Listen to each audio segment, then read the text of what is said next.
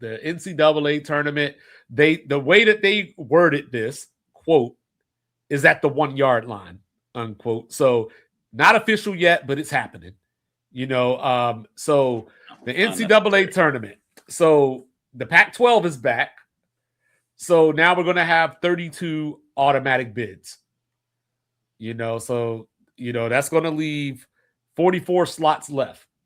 So the auto bids and the at-large bids. So we could keep it symmetry and go 32 at-large and then 32 auto and go back. Ain't that to something? Ain't that Crazy something? how that works. Crazy how things like that just kind of work out. So right now, obviously, and I apologize for talking to y'all like I'm like y'all dumb. I'm just doing my job here. You know what I mean? You got 68 teams, you got the first 4, and then you end up with 64 in the bracket. I hated the first 4. Saying so now you're taking the first 4. I hated that profusely. I hated the way it was I don't necessarily hate the concept. I hate how they did it. What is it? 2 11 seeds playing for their life? Yeah, like there's so usually it's the 16s and it's usually the 11s or the 12s, like one or the other. Yeah, but meanwhile you got 13s, 15s, and other 16s already in the tournament. Not anymore. So but I'm an 11. Not anymore. So now we're getting rid of the first 4, and we're going to the opening round. So Dayton is still going to host the games, but now they're going to pick somewhere west of Dayton to host another set of games. So there's going to be 12 games total. So the way that this is going to be split up, and this is from Bleacher Report by way of Matt Norlander of the Ion College Basketball Podcast. So all 16 seeds are going to play for their life. Half of the 15s. So that's your Tuesday, Wednesday. Then the other half is going to be a mixture of your 11, 12s, and 13s. So I don't know how you're going to determine if it's the 11, 12s, and 13s. Then go with all the 16s and the 15s. You know what I mean? And how does another 15 not have to deal with this process, but as an 11, I do? It doesn't make sense. That's what I'm trying to tell you. But you know why? You know why? Because it just goes back to what we were just talking about. So I might be able to put Vermont against Lafayette on TV. I can't put that on, you know what I'm saying, and have, like East Tennessee State and Southeast Missouri State. You know what I mean? Like, I think you can, because if you believe in the yes, but if you believe in a tournament, then that's what you do, because you have the tournament. We watch the games for the tournament. I don't know if St. Mary's or St. Helena or St. Joseph or St. John's is in the first round if I don't really watch the basketball season at all. I just know that at work, that TV that's normally off, we're going to turn it on. We're going to connect someone's HBO Max to it so we can watch some of these tournament games and do our office pool. Oh, what an awful turnover, Cleveland. What an awful turnover. Do you see this live that I highlighted? Funny story. I'm going to say something about money here in a second in the NCAA tournament. Then I'm going to say it after I say this piece. So Brandon Walker, Barstool Sports, I sent a couple of videos in our group chat that, like, I'm starting to agree with him more and more. He said, oh! RJ Barrett got the Halliburton bounce. With 1.2 left, he got the Halliburton bounce. Straight up bounce? Yeah, where it went straight up like a I'm getting the score in the top corner. I got the Lakers game on right now. Yeah, so we got 1.2 seconds left, so Cleveland will have a chance here to tie or win. But go ahead. So Brandon Walker, what he said, he was like, he said the NCAA, they're the only entity to where they don't give a damn what the fans want. They just do it anyway. He was like, the NFL tends to listen to their fans. He's like, for the most part, the NBA listens to their fans. He was like, the NCAA, he was like, if they expand the college football playoffs to 24 teams, that would be silly. And then expanding, he's like, I don't think people really wanted 12. Right. But they did it. They was like the NCAA is one of the only organizations where they say we'll just do it anyway. So this phrase here, it could be different. He's like the driver of this move hasn't been money, but rather access. Mm-hmm. I talked to a guy today in my office, a pilot. He played lacrosse at the Air Force Academy. And I was like, so you guys good? He was like, yeah, we're pretty good. He's like, the problem is when you are, because lacrosse doesn't generate a lot of money. And when you make a tournament, the NCAA is paying for your move. So the NCAA pays to get you from wherever your school is to wherever your first round tournament game is. So Mm-hmm. he said what would end up happening to them was he was like, we would probably be a 14 or 15 seed in the playoff of 20 teams, but they would just seed us at 20 because the Air Force Academy is in Colorado, so they can play the University of Denver, who won like back-to-back national championships. She's like, so while I'm in college, my first 3 years in college, she's like, we played the University of Denver because it was just regional. It just made the most sense to the NCAA because it's like, listen, we can put you on a bus to Denver to play this game. Is like, or we play Notre Dame because Notre Dame was popular enough that they could play any school. He's like, so we end up playing the defending national champions 3 out of the 4 years I was in college because the NCAA didn't want to spend any money. So when they say money is not the drive, it clearly is. That's the same thing that the Syracuse coach said when she had to play UConn. Because you don't play at a regional location. You play, he was like, we would play at the University of Denver. Right. He was like, they were back-to-back national champs, and we played them both years in the first round when we should have been like, he said, 12, 13, or 14 seed. But they just put us to 20 so we could just play. And I was just, like I said, that was the same thing the coach said at Syracuse. She was like, we got to go to UConn. Like, I'm sick of going to UConn and trying to play these first-round tournament games. It's like, it's almost unfair, but that's the nature of the NCAA. So they'll tell you it's not about money, but it clearly is because there's no need for the additional 8 teams. So we got a game 7 tomorrow, and as of right now, we have 2 game 7s on Sunday. It don't look like we're gonna get a third if this keeps up because, like I said, Lakers just got to jump on them early and make Houston show that you can score enough to come back. But after what Detroit did, 48. Listen, number 48 on the sidelines, a different character. But after number what 48 Detroit is, right? Number 48. You know who wears 48, right? No, who wears 48? Man, Scott Foster. But yeah, so like this is the thing, right? Access for who? Because when you think about it, we were talking about this, and I'm gonna repeat it again. If you and I'm talking to the mid majors and the low majors, if Correct. you win your regular season title, you are the best option to represent your conference in the NCAA tournament. We keep talking about how Cinderella is fading away because of NIL. Well, Cinderella definitely going to fade away if I'm sending my 6th best team from a low major conference because they got hot for a weekend, and they're probably going to get blown out once they get to the tournament.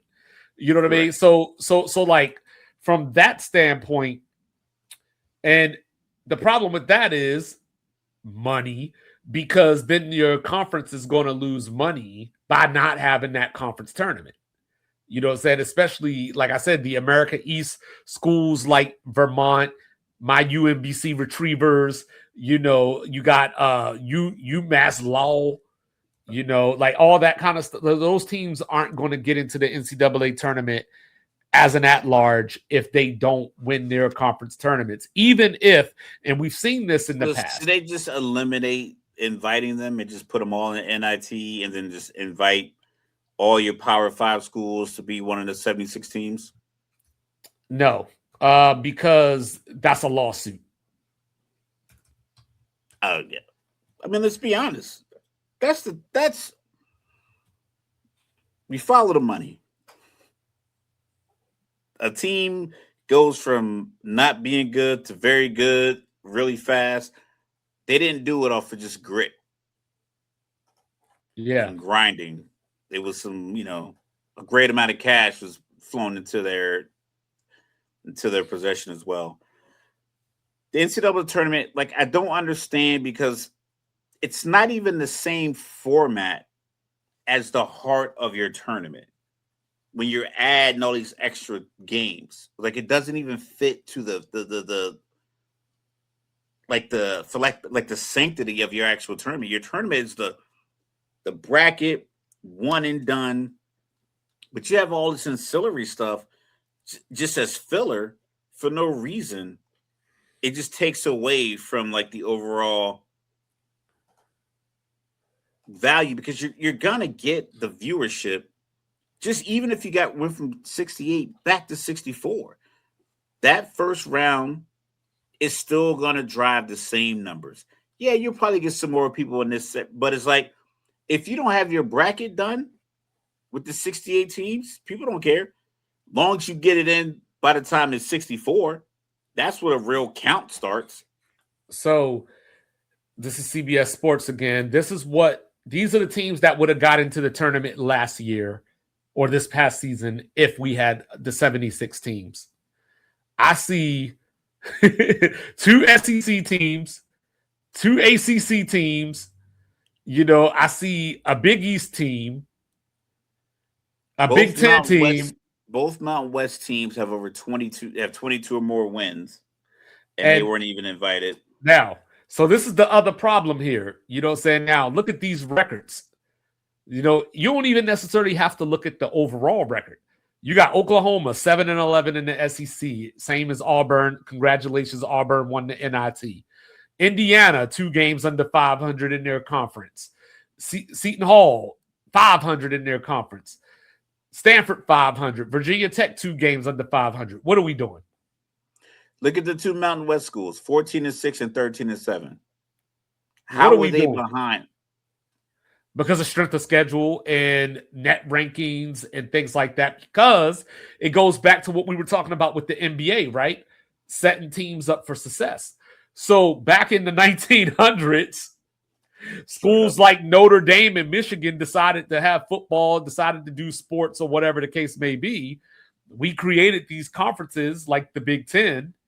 And then we fast forward today, and we didn't make any changes. The teams that were there are still just there. Like Northwestern is still in the Big Ten. Vanderbilt, I know they had a great football season this year. Shout out to Diego Pavia, friend of the show. But you know what I mean? But they're still in the SEC along with Kentucky football. So now when you flip it over to the basketball side, and this is the thought, Mr. Logical. So we always do the percentages, right? We talk about there were 135 or so. There's 136 now. So back then there was 132 or so FBS teams, and only 4 teams was making the playoffs.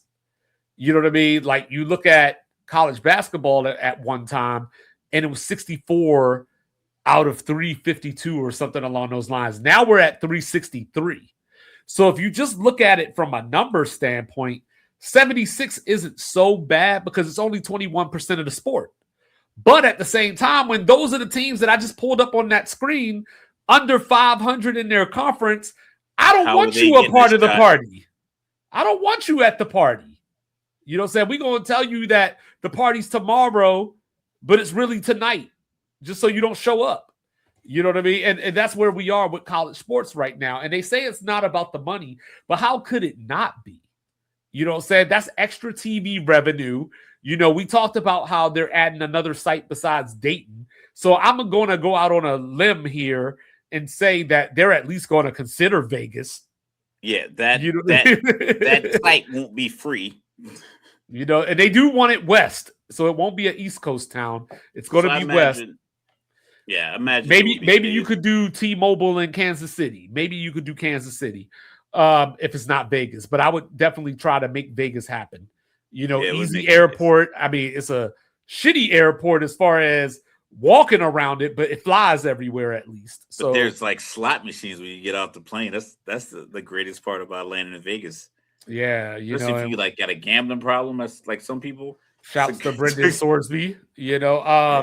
So that's why I think we're doing things. We're just doing things just to do it, and the problem is that the fans aren't going to reject it. Because even, me, I'm talking about this right now. I'm still going to watch it. We'll watch it. Yeah, we'll watch it. But But that's why No they one's do it, because asking we for won't it. turn the channel.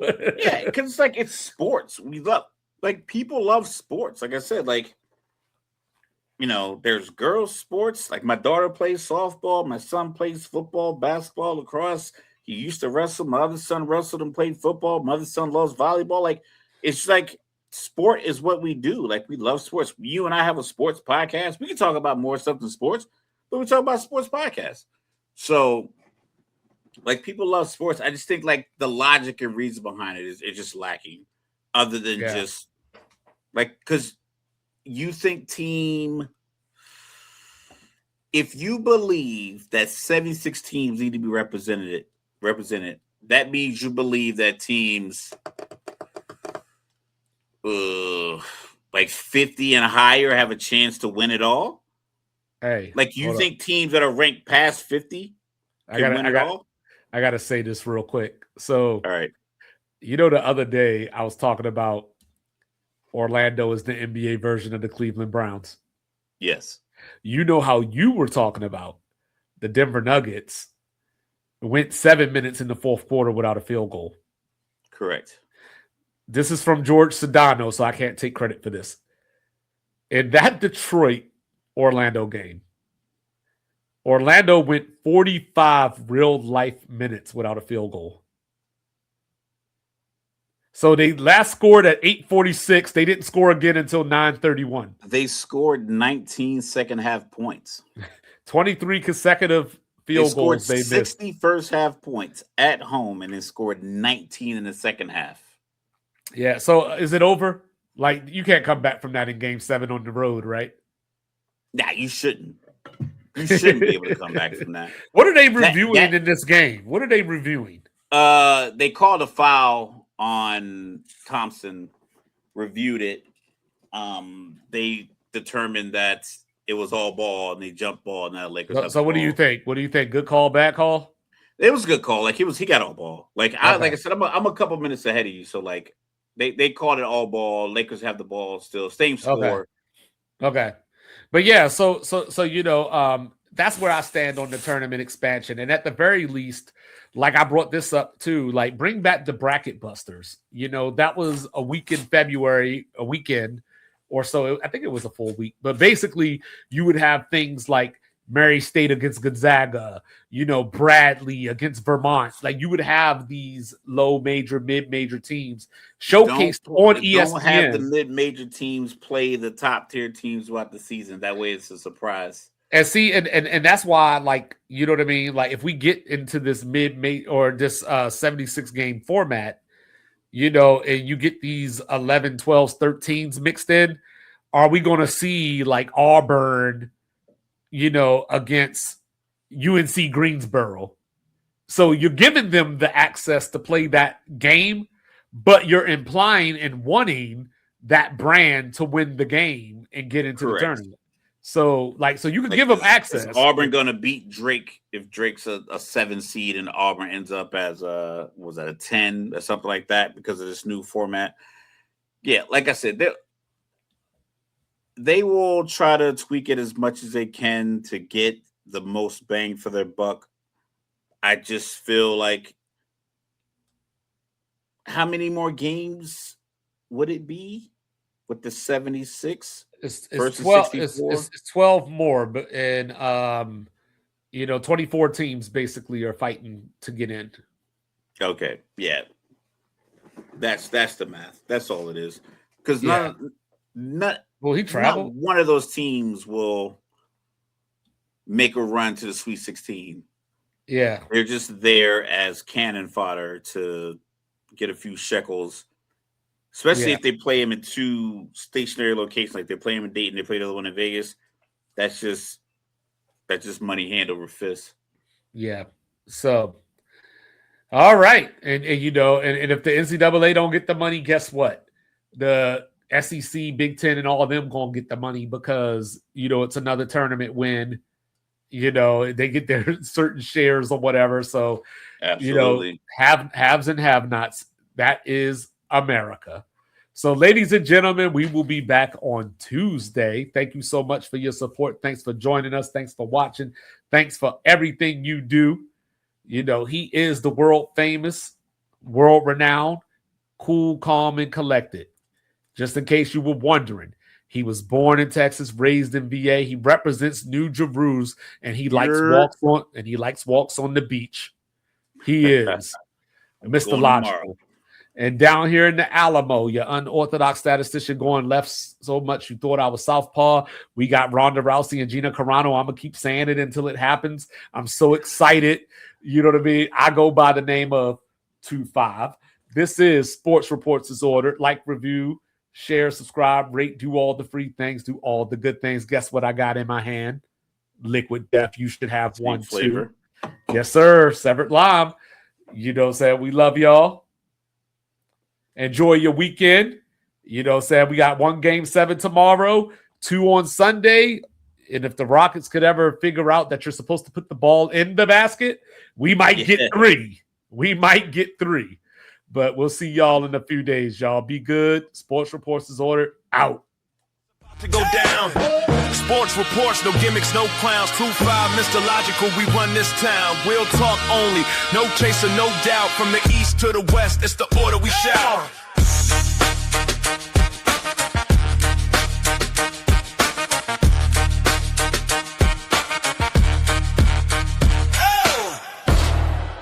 It's about to go down. Hey. Sports reports, no gimmicks, no clowns. 2-5, Mr. Logical, we run this